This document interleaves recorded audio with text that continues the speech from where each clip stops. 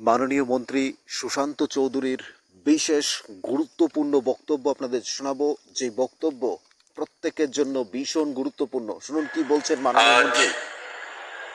খুবই একটি গুরুত্বপূর্ণ এবং আনন্দের দিন, কারণ মাননীয় মুখ্যমন্ত্রীর হাত ধরে রাজ্যের 5টি স্কুল আজকে নতুন করে পথ চলা শুরু করেছে তার উন্নত পরিকাঠামোর মাধ্যমে। কেন্দ্রীয়ভাবে আমরা যেখানে প্রোগ্রামটা করছি, রামনগর হায়ার সেকেন্ডারি স্কুল, তার নতুন বিল্ডিং এর শুভ উদ্বোধন। তার বাইরে বরকাঠাল, দারোগাবাড়ি, ক্ষুদিরাম এবং রানীর বাজার Sukanta academy English medium school, তারও নতুন ভবনের আজকের এই মাননীয় মুখ্যমন্ত্রীর হাত ধরে তার শুভ উদ্বোধন হয়ে গেল। যারা মঞ্চে উপস্থিত আছেন, রাজ্যের জনপ্রিয় মুখ্যমন্ত্রী, আমাদের সকলের অভিভাবক, এবং যিনি প্রতিনিয়ত রাজ্যকে এগিয়ে নিয়ে যাওয়ার জন্য পরিশ্রম করে চলেছেন, সবাইকে সঙ্গে নিয়ে আমাদের যে লক্ষ্য, শিক্ষা, স্বাস্থ্য এবং প্রতিটি ক্ষেত্রে রাজ্যকে এগিয়ে নিয়ে যাওয়ার সেই লক্ষ্যে কাজ করে চলেছেন প্রফেসর ডক্টর মানিক সাহা মহোদয়। আছেন আমার পূর্ববর্তী বক্তা, minister of state for industry and commerce department Biswaketu Debbarma মহোদয়, রামনগর বিধানসভা কেন্দ্রের সম্মানিত বিধায়ক তথা আগরতলা পৌর নিগমের সম্মানিত মেয়র, আমাদের সকলের প্রিয় পরিচিত দীপক মজুমদার মহোদয়, স্পেশাল সেক্রেটারি এডুকেশন ডিপার্টমেন্ট, আছেন ডাইরেক্টর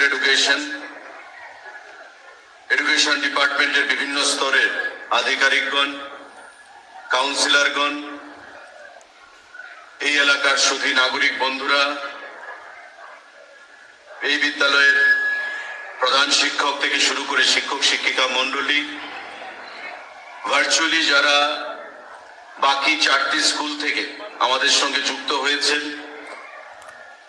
যারা জনপ্রতিনিধিরা সেখানে উপস্থিত আছেন, সবাইকে এবং ওই স্কুলগুলোর সমস্ত শিক্ষক শিক্ষিকা মন্ডলীকে, মিডিয়ার বন্ধুদেরকে আমার ব্যক্তিগত তরফ থেকে এবং সরকারের তরফ থেকে অনেক অনেক শুভেচ্ছা জানাচ্ছি। বাংলার শুভ নববর্ষে অনেক অনেক অভিনন্দন জানাচ্ছি।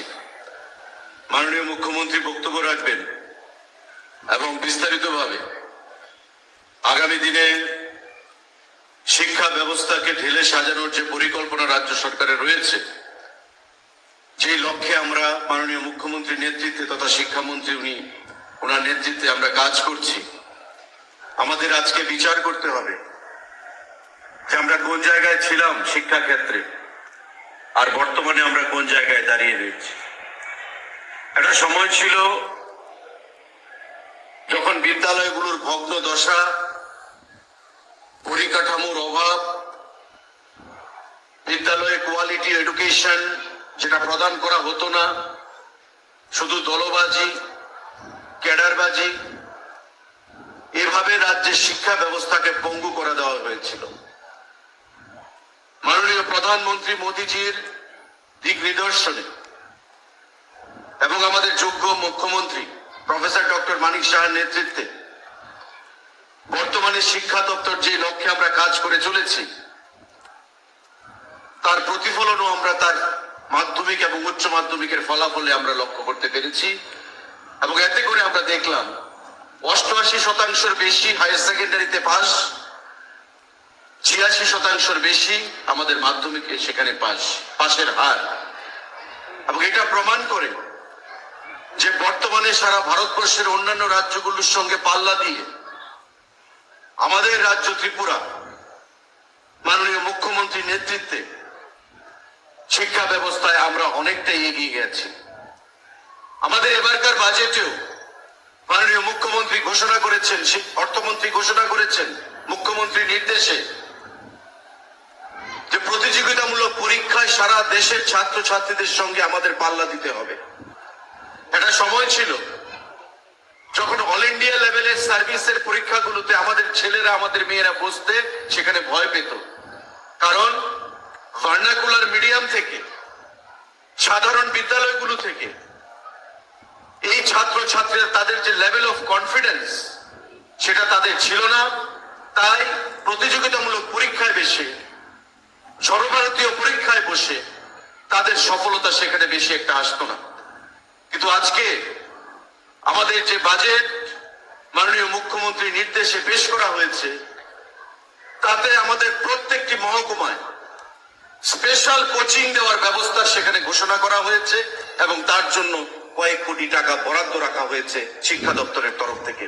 এবং আমাদের সদর মহকুমাতে, যেহেতু বড় মহকুমা, তাই 2টি কোচিং সেন্টার সেখানে রাখা হবে, যাতে করে নিট, যারা মেডিকেলে এন্ট্রান্স দিতে চাইছে, যারা ইঞ্জিনিয়ারিং এ এন্ট্রান্স দিতে চাইছে, জেই মেন্স বা সর্বভারতীয় পরীক্ষায় যারা বসতে চাইছে হায়ার সেকেন্ডারি এক্সামিনেশনের পরে, তাদের স্পেশাল কোচিং এর ব্যবস্থা করা হবে সম্পূর্ণ বিনামূল্যে।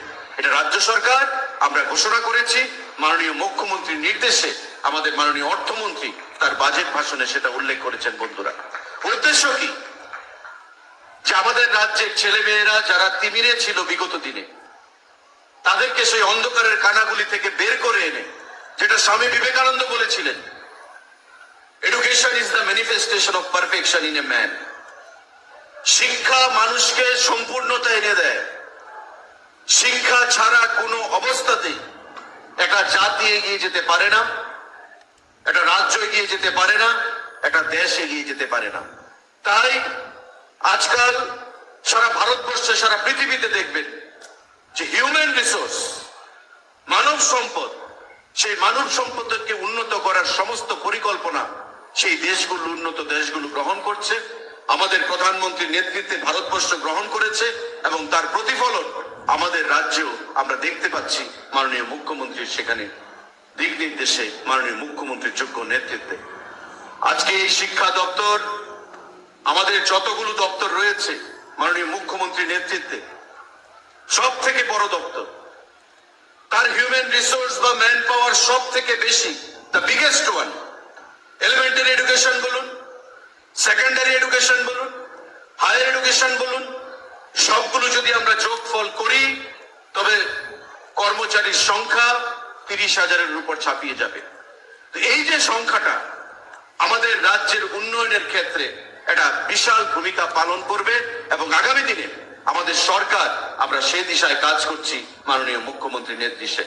আমি যারা আজকে এখানে উপস্থিত আছেন, বিশেষ করে এই বিদ্যালয় স্থাপন হয়েছে, আমরা দেখেছিলাম বিগত সরকারের আমলেও যে বিল্ডিং উঠেছে কিন্তু শিক্ষক স্বল্পতা রয়েছে। আমরা কি দেখেছিলাম? 10,323 কেন্দ্রীয় সরকারের গাইডলাইন তোয়াক্কা করা হয়নি, টেট বাধ্যতামূলক ছিল। সেই টেট বাধ্যতামূলক রক্তচক্ষু দেখিয়ে সেখানে কেন্দ্রীয় সরকারের যে গাইডলাইন সেখানে মান্যতা না দিয়ে নিজেদের মর্জি মতো দলবাজির উদ্দেশ্যে সেখানে ক্যাডারদেরকে ঢুকিয়ে দেওয়া হয়েছিল স্কুলগুলোর মধ্যে, এটা অধিকাংশ ক্ষেত্রে। আবার এমন অনেকও ছাত্ররা, শিক্ষকরা রয়েছেন যাদের যোগ্যতা রয়েছিল, কিন্তু আজকে কি হলো? যারা যোগ্যতা রয়েছে তারাও বঞ্চিত হলেন, আর যারা যোগ্যতা সেদিন দলবাজি করে ঢুকিয়ে দেওয়া হয়েছিল তারাও বঞ্চিত হলেন। যেটা আমরা দেখতে পাচ্ছি পশ্চিমবঙ্গের ক্ষেত্রে 26,000 টিচারকে সুপ্রিম কোর্ট সেখানে টার্মিনেট করার নির্দেশ দিয়েছে। আমাদের রাজ্যে 10,323 একটা বহু চর্চিত বিষয় ছিল। আমাদের সরকার, আমরা চেষ্টা করেছি মাননীয় মুখ্যমন্ত্রীর নেতৃত্বে, কিন্তু পরিষ্কারভাবে সুপ্রিম কোর্ট বলেছে এটা শিক্ষার ক্ষেত্রে এটা কোনোভাবে মেনে নেওয়া যেতে পারে না। কারণ শিক্ষা জাতির মেরুদণ্ড।